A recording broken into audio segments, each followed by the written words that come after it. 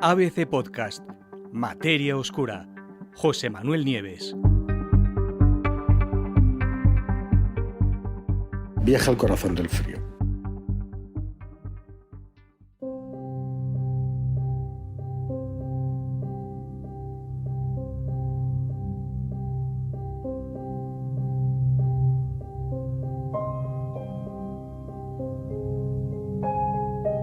Un equipo internacional de científicos, liderado por astrónomos de la Universidad de Leiden, en Holanda, y utilizando el telescopio espacial James Webb, han conseguido por primera vez observar en el corazón más profundo de una oscura y densa nube interestelar, ahora os cuento, ahí es donde nacen las estrellas, el hielo más frío medido hasta la fecha por ningún científico en todo el universo.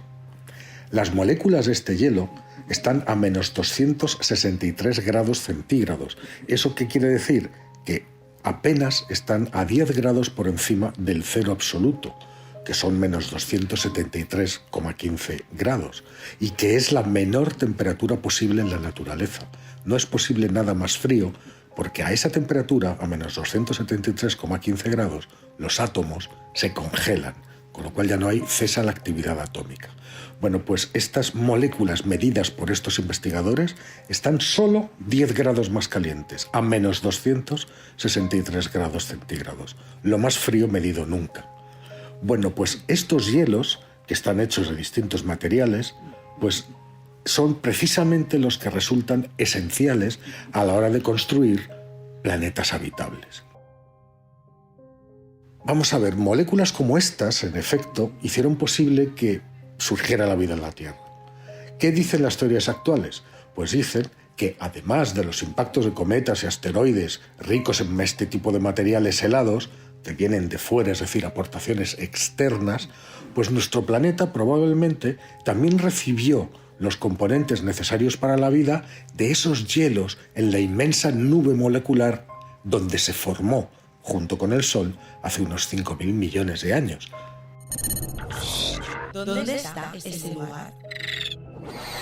En este nuevo estudio, que se acaba de publicar en la revista Nature, en Nature Astronomy, los científicos utilizaron, como os he dicho, el telescopio espacial James Webb. Y lo que estudiaron fue la constelación del Camaleón, donde está a unos 500 años luz de distancia. Y resulta que es una de las regiones de formación de nuevas estrellas que está más cerca de la Tierra. Evidentemente, sin el James Webb, por eso hago hincapié, no habrían podido observar estos hielos. Fijaros, esa región del Camaleón, ¿qué es? Es una nube molecular, es decir, una nube de gas. Sabéis que esas nubes de gas se van condensando y a medida que zonas se calientan, se comprimen y se convierten en estrellas, ¿no?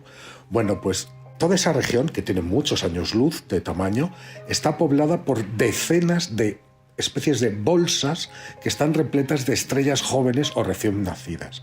Pero a su alrededor, las zonas frías de la nube, de esas nubes moleculares, son tan densas y tan oscuras que la luz de fondo de las estrellas que hay cerca ni siquiera consigue penetrarlas. Imaginaros la densidad de estas nubes. Pues, de hecho, los astrónomos durante mucho tiempo pensaron que eran una especie de agujeros en el cielo, unas zonas vacías en las que no había ni siquiera estrellas. Bueno, pues una de esas nubes oscuras, que se llama Camaleón 1, fue precisamente la que estudiaron estos investigadores de los que estoy hablando. Es la primera vez, dicen los científicos en su artículo, es la primera vez que ha sido posible estudiar la composición de los llamados hielos preestelares cerca del centro de una nube molecular. Esto es lo que dice la autora principal, que se llama Melissa McClure, la autora principal de este artículo, ¿no?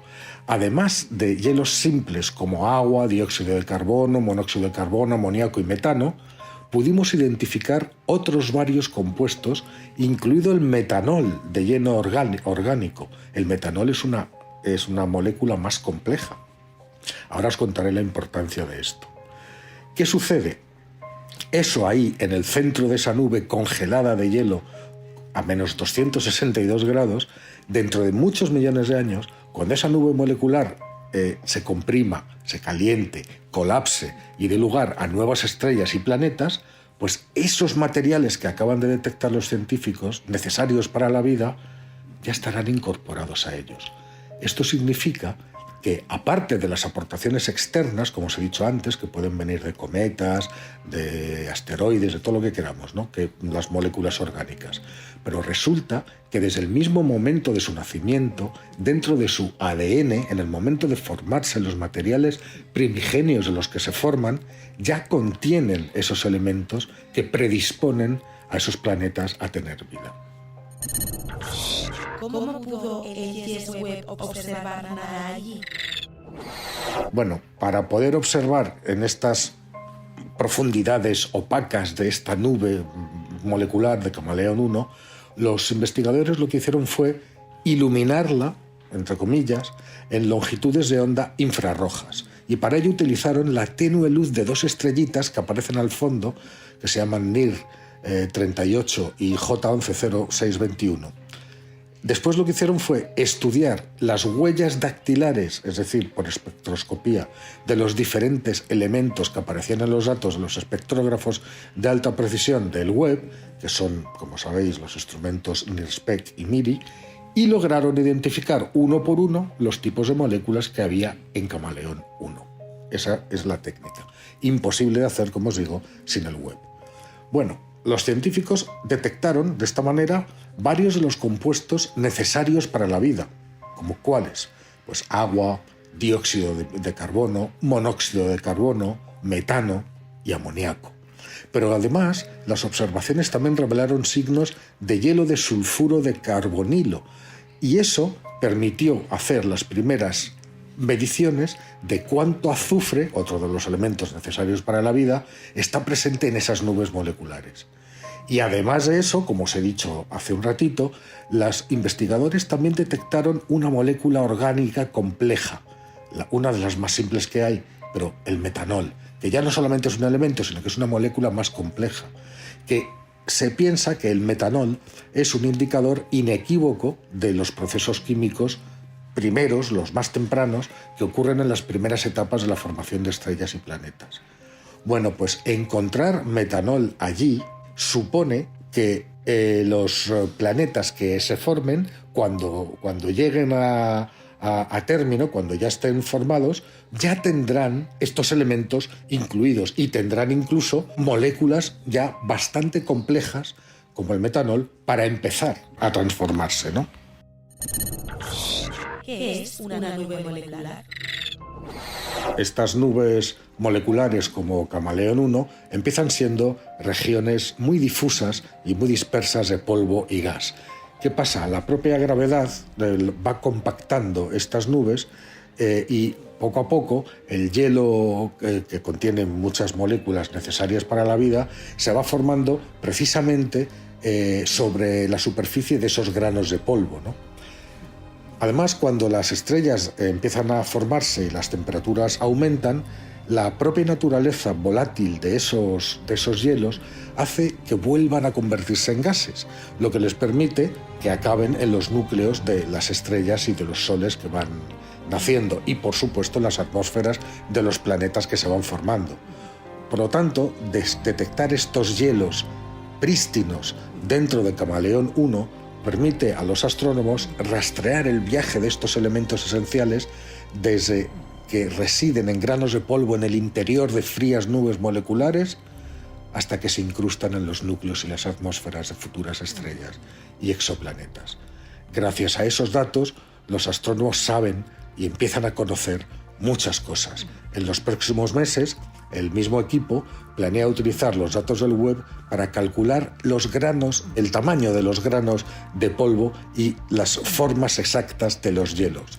Observaciones que abren, desde luego, una nueva ventana sobre la manera en que las moléculas orgánicas más simples y también las más complejas se formaron. Y todo eso es lo que se necesita para que más tarde haya vida. Son los componentes básicos de la vida. Este es un hallazgo de la máxima importancia.